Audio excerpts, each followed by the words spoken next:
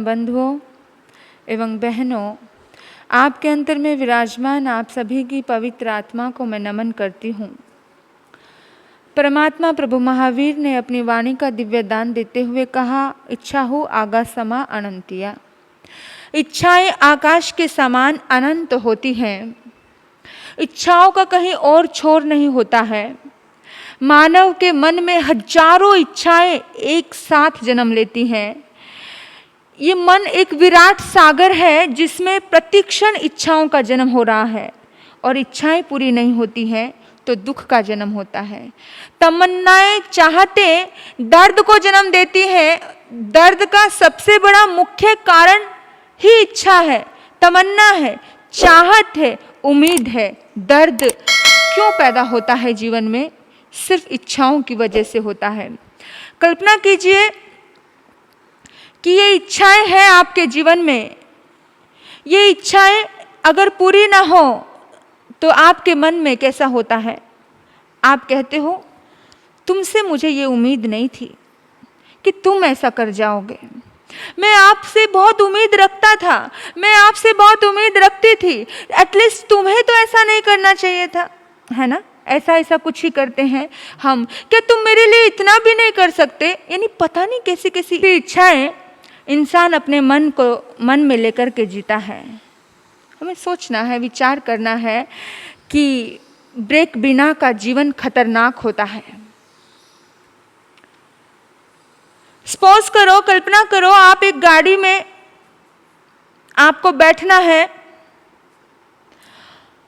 और आप गाड़ी का इंतजार करते हो और गाड़ी आती है और आप उसमें बैठ जाते हो और गाड़ी का ड्राइवर कहता है, मैडम कोई बात नहीं, बैठ जाइए, प्रसन्नता से बैठ जाइए, लेकिन चिंता करने की आवश्यकता नहीं है, बैठ जाइए। पर सुनो मैडम, मेरी गाड़ी में ब्रेक नहीं है, अभी अभी ब्रेक फेल हो गई, अभी अभी ब्रेक खराब हो गई है। आप बताना, आप उस गाड़ी से उतरना चाहोगे कि नहीं चाहोगे? वो आपको फ्री में भी लेके जाने की इच्छा रखेगा तो भी आप कहोगे, नहीं भाई मुझे नहीं जाना है, मुझे तो यहीं पे छोड़ दे, मैं नहीं जाने चाहता, मैं नहीं जाना चाहती, मुझे बिना ब्रेक की गाड़ी में बैठना नहीं है।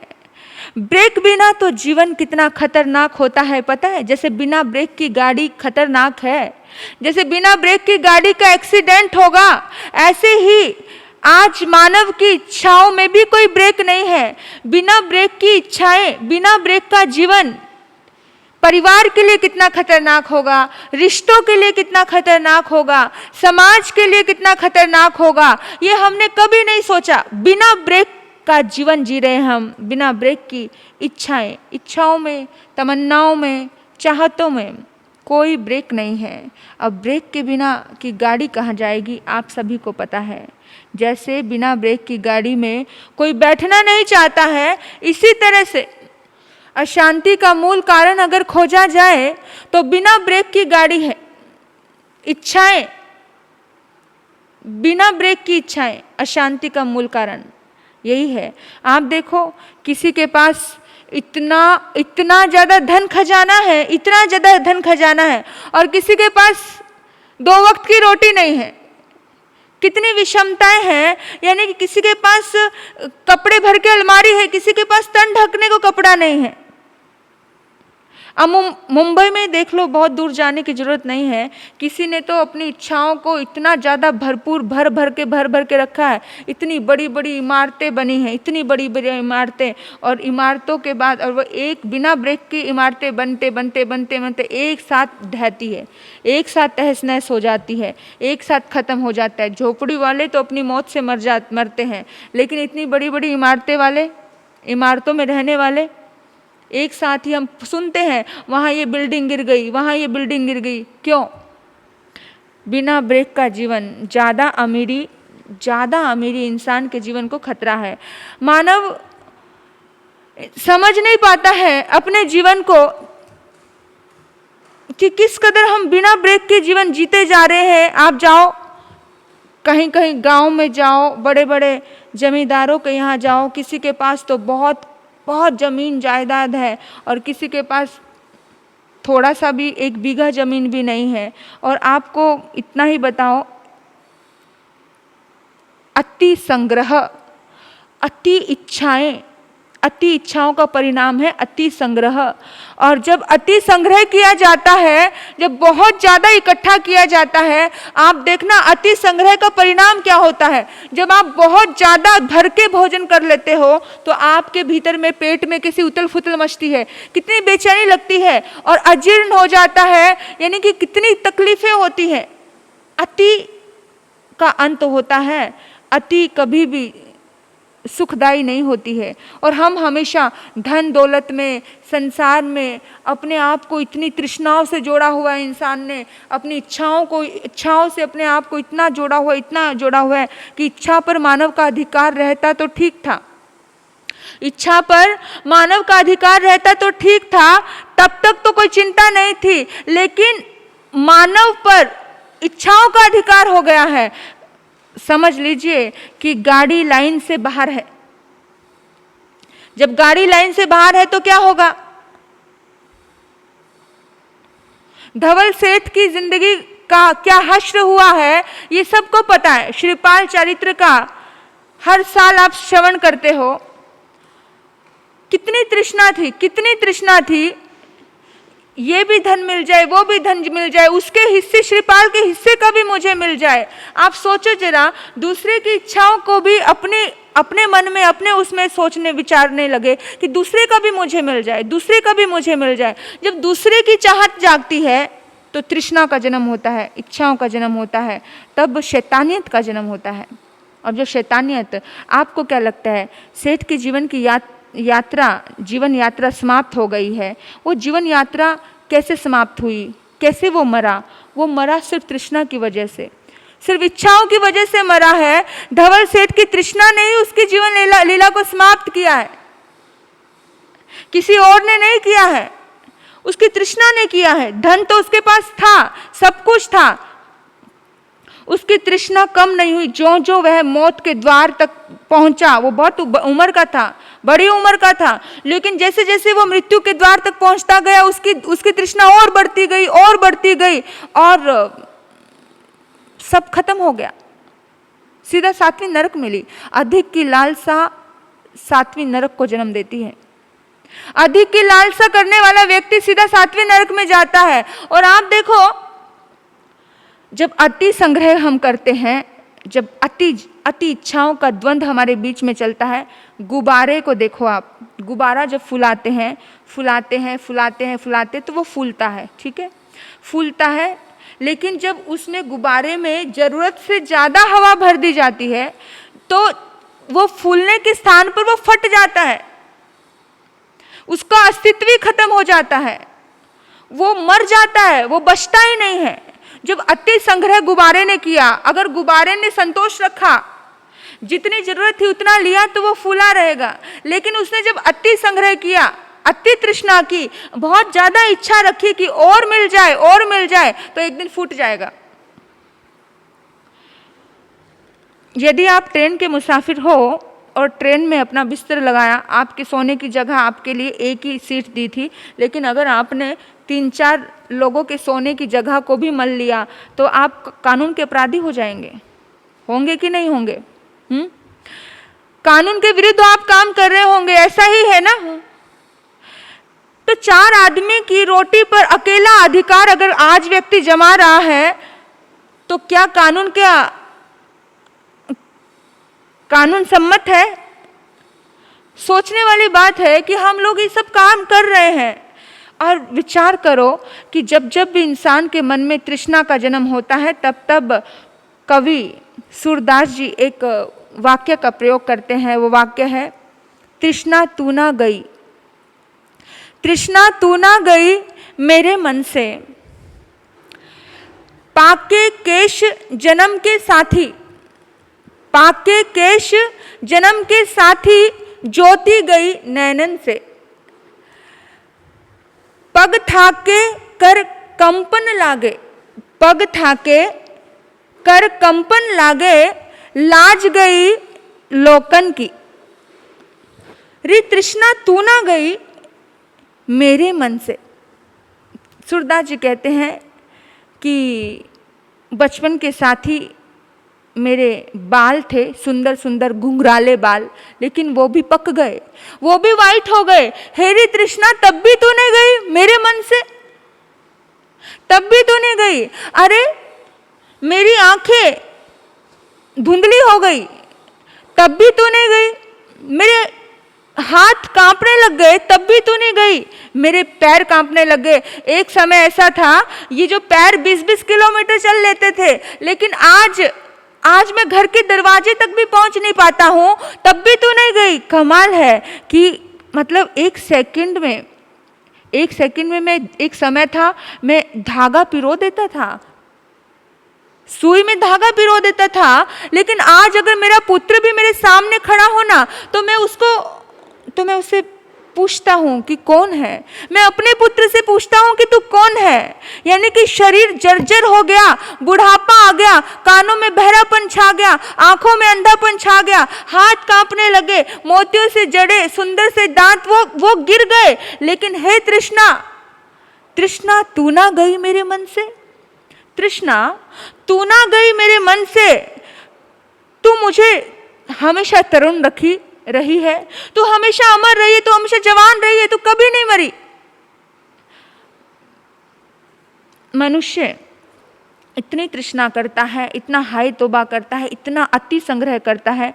मनुष्य पैसों के द्वारा मतलब सोचता है कि मैं सब कुछ पालूंगा, लेकिन सोचने की बात है कि पैसे से मन की तृष्णाएं शांत होती है, पैसे से मन की आग कभी शांत होती है?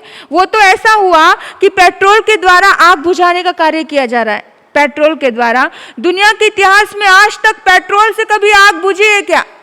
आज दिन तक नहीं बुझी है। और हम यही काम कर रहे हैं, पेट्रोल से आग बुझाने की कोशिश कर रहे हैं। हमारी लालसाएं, हम सोचते हैं कि ये पूरी हो जाएगी तो अब आगे और ब्रेक लग जाएगा। नहीं, ब्रेक नहीं लगता है, बल्कि हम आगे के आगे बढ़ाते ही जा रहे हैं। और तृष्णालु जो मानव की आंखों को या तो संतोष भरता है या फिर उसकी कब्र की मिट्टी भरती है। ये हमारे बड़े बड़े विचारक महापुरुष कह के गए हैं। तृष्णालु व्यक्ति है, जो तृष्णा से ग्रस्त है व्यक्ति, या तो उसको संतोष भरेगा कि उसके भीतर में संतोष आ जाए, या फिर उसे कोई नहीं भर सकता, उसकी कब्र की मिट्टी भरेगी उसको, उसका जीवन समाप्त हो जाएगा। हमें लगता है पैसा सुख देता है, आपको क्या लगता है पैसा सुख देता है? अगर पैसा सुख देता तो चक्रवर्तियों ने क्यों त्याग किया अपने वैभव का? अगर पैसा सुख देता तो तीर्थंकरों ने क्यों त्याग किया अपने वैभव का? सोचने की बात है कि आप देखो, पैसे से आप पेंसिल खरीद सकते हो, पेन खरीद सकते हो, लेकिन लेखन की कला नहीं खरीद सकते हो। आप चश्मा खरीद सकते हो 10-10 हजार के, 20-20 हजार के, लेकिन आप आंखों की रोशनी नहीं खरीद सकते हो। पैसे से चश्मा खरीदा जा सकता है, पैसे से सोफा, सुंदर बेड, मखमली खरीदा जा सकता है, लेकिन नींद नहीं खरीदी जा सकती है।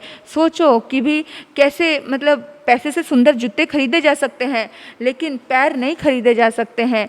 तो पैसे की जो ये भूख है, ये जो तृष्णा है, मतलब इससे शांति नहीं है, इससे शांति कभी नहीं मिल सकती है। हम हाथ धोकर के पैसे के पीछे पड़े हुए हैं, और हमें सोचना है कि संतोष अवश्य तृष्णा को शांत कर सकता है, पैसा तृष्णा को शांत नहीं कर सकता है।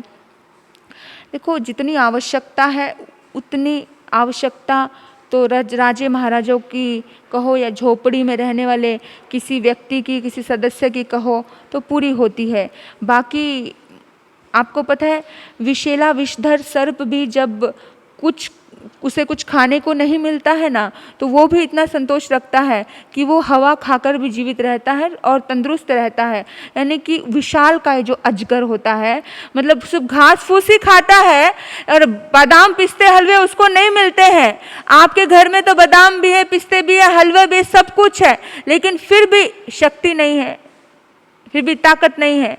यानी कि ये बाहर के जीव जंतु जानवर भी नॉर्मल इस प्रकृति की हवा खाकर भी जी लेते हैं, और हमारी तृष्णा ऐसी है कि इंसान एक टाइम की भोजन मिल जाए तो भी संतुष्टि नहीं है, तीनों टाइम मिले तो भी संतुष्टि नहीं है। आप सोचो, 7 पीढ़ी तक नापता है कि 7 पीढ़ी तक मिलना चाहिए, 7 पीढ़ी तक मिले, और 7 पीढ़ी तक मिले तो फिर इच्छा जागती है कि भी 8वीं पीढ़ी क्या खाएगी। हर तरह की मैं हैरान होती हूँ कि इंसान आज नहीं जी रहा है, इंसान पीढ़ी दर पीढ़ी की सोच रहा है। आज को जीवन को जियो और पॉजिटिव सोच से जियो। पीछे भागते रहोगे कुछ भी हासिल नहीं होगा। बहुत भागे बहुत दौड़े मगर क्या लक्ष्य पाया है, बहुत ही हाथ मारे हैं मगर क्या हाथ आया है। आओ आओ दिशा ही बदल कर चले, आओ आओ दिशा ही बदल कर चले। बहुत भागे बहुत दौड़े मगर क्या लक्ष्य पाया है। संतोष और तृष्णा के ऑपोजिट है संतोष। ये 2 वाक्य हैं हमारी जिंदगी में। संतोष की शान बहुत निराली है, तृष्णा और इच्छाओं को खत्म करना है। अब प्रश्न यही उठता है कि कैसे खत्म करें। तृष्णा को खत्म करना है तो संतोष लाना जरूरी है, लेकिन संतोष कैसे लाएं?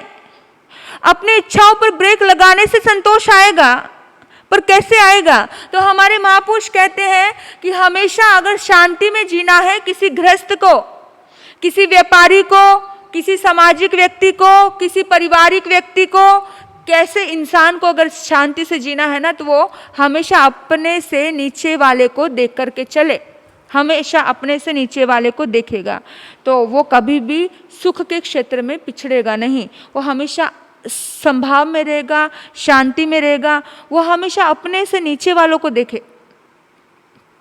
एक बार की बात है, शेख शादी बहुत तकलीफ की घड़ियों से गुजर रहे थे। शेख शादी फारसी के एक बहुत बड़े शायर हुए। उन्होंने बहुत सारी शायरियाँ लिखी अपने जीवन काल में। शेख शादी पर सरस्वती माता की बहुत कृपा थी। आपको हमेशा से पता है कि जहाँ पर सरस्वती की कृपा होती है वहाँ पर लक्ष्मी की कृपा नहीं होती। जहाँ लक्ष्मी प्रसन्न वहाँ सरस्वती प्रसन्न नहीं होती है। तो लक्ष्मी की और सरस्वती की प्रसिद्ध अनबन है। तो शेख शादी पर लक्ष्मी की बहुत कृपा थी। आज उनकी शायरी को पूरी जमाना जानता है, पूरी दुनिया जानती है। तो किंतु लक्ष्मी उनसे नाराज थी। भाग्य के द्वार लक्ष्मी ने उनके कभी खटखटाए नहीं। तो एक बार की बात है, इतना तंग था शेख शादी, इतना तंग था कि उनके पैरों में जूते भी नहीं थे। आज ईद का दिन था और हर इंसान कुछ ना कुछ नया चीज़ें खरीद रहा था, नए नए जूते खरीद रहे थे। लेकिन उनके मन में आया कि हे परमात्मा, हे खुदा, कि ऐसी स्थिति है कि मैं जूते भी खरीद नहीं सकता हूँ। वह भी क्या जिंदगी है कि सारा गांव जूते खरीद रहा है और मैं जूते नहीं खरीद रहा हूँ। ये क्या जीवन है? इस जीवन से अच्छा तो मर जाना अच्छा है। नहीं जीना मुझे इस जीवन में, इस दर्द भरे जीवन में मुझे नहीं चाहिए ऐसा जीवन। और आपको पता है, जिस पल में उसने कहा मुझे नहीं चाहिए ये जीवन, और वो मरने के लिए जाने लगा, जैसे ही वो मरने के लिए जा रहा था, उसी पल उसी क्षण उसने देखा कि सामने एक अपाहिज व्यक्ति आ रहा है जिसके पैर ही नहीं है। और उसने शुक्रिया किया, हे प्रभु माफ करना, मैं कह रहा था मेरे जूते नहीं है, मैं इतनी तंग स्थिति से हूं, और हे प्रभु इसके पास तो पैर भी नहीं है, माफ करना प्रभु। और शुक्रिया का भाव आया, वे खुदा का लाख लाख शुक्रिया करने लगे और उठे। एक चमक आई, और ऐसी चमक आई कि नहीं, बस आज के बाद हमेशा अपने से नीचे की तरफ देखना है, हमेशा। हाँ, तो आपके मानस में जब भी चिंताओं का जन्म होता है, तकलीफ़ों का जन्म होता है, तब आप अपने से नीचे की तरफ देख करके चलना कि भाई, क्योंकि जब भी आप अपने से नीचे देख करके चलोगे तो आप जब देखोगे किसी की महलों को तो आपको दुख होगा, लेकिन जब आप देखोगे किसी की झोपड़ी को तो आपको सुख होगा। इंसान का, मानव का स्वभाव है ये।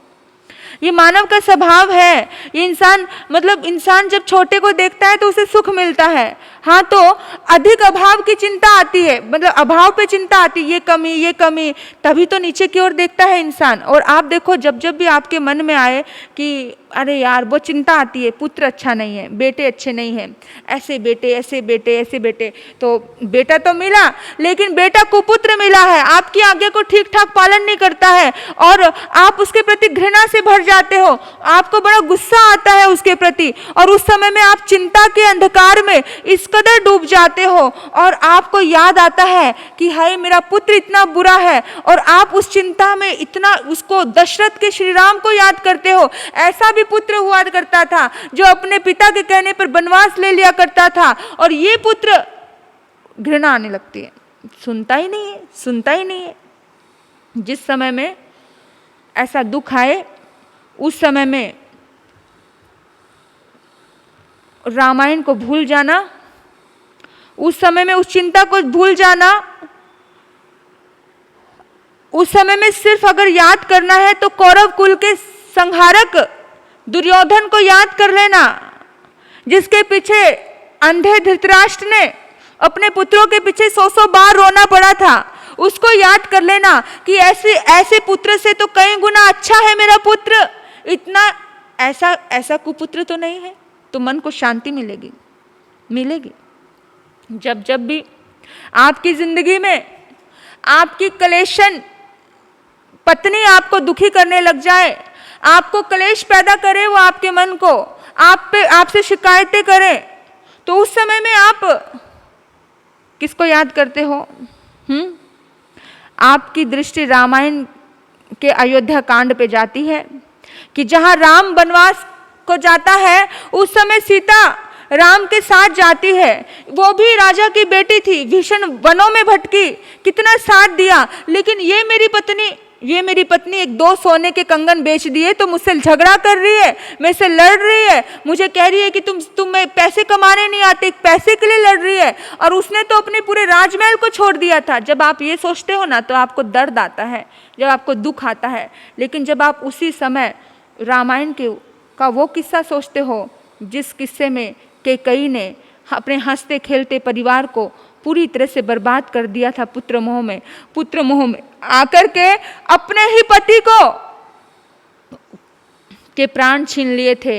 याद करना उस कैकेयी से तो ठीक है, इसने ऐसे कोई वरदान तो नहीं मांगे, मैंने ऐसे कोई वरदान तो नहीं दिए। अरे भाई, उसने मेरी जो 2 बातें मनवाने के लिए उसने पूरे के पूरे उसकी प्राण छीन लिए। सोचने की बात है कि जब आपको ये बातें समझ आएंगी तो आपके भीतर की खिज, भीतर की इरिटेशन कम होगी।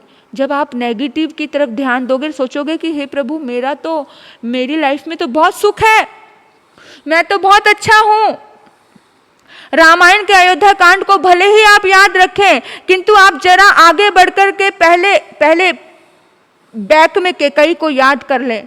कहाँ वे राम के राज्याभिषेक के समय में दशरथ सुनहरे सपने देख रहे थे, एक खुशियां बटोर रहे थे, बहुत कुछ पा रहे थे, सारी अयोध्या झूम रही थी, गा रही थी, लेकिन उस समय में जीवन मरण का सवाल पैदा कर देती है वो कैकेयी। ऐसी कैकेयी तो अच्छी है मेरी पत्नी, ऐसा सोचना, ऐसी कैकेयी से तो अच्छी है मेरी पत्नी, तो दर्द नहीं होगा, तकलीफें नहीं होंगी जिंदगी में।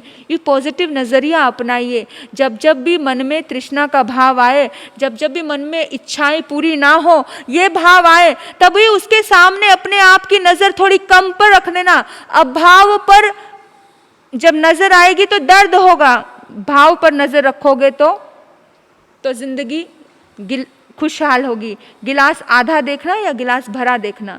गिलास आधा भरा है ये देखोगे तो खुशी मिलेगी, गिलास आधा है ये देखोगे तो दुख मिलेगा। हाँ, तो आप अपनी पत्नी की तुलना सीता से नहीं कैकेयी से करेंगे, जिसमें आपको सुकून मिलेगा, किंतु आपको चिंता नहीं सताएगी। जब ये तुलना आपके मन में आएगी तो आपकी अशांति दूर होगी, तो आपके भीतर में प्रेम की गंगा बहेगी, आप सुकून से भर जाएंगे। आप सोचेंगे कि हे परमात्मा, तेरा शुक्रिया है। जब जूते की भावना आए तो सोचना कि उसके तो पैर भी नहीं है, मेरे तो पैर हैं। जब कभी भी ऐसी भावनाएं प्रकट हों कि भाई मेरा बेटा ऐसा है, तो दुर्योधन को याद कर लेना। या जब कभी बेटे के प्रति शिकवा आए तो कंस को याद कर लेना कि कंस ने अपने पिता को तो कारागृह में डाल दिया था, कौनिक ने अपने पिता को कारागृह में डाल दिया था।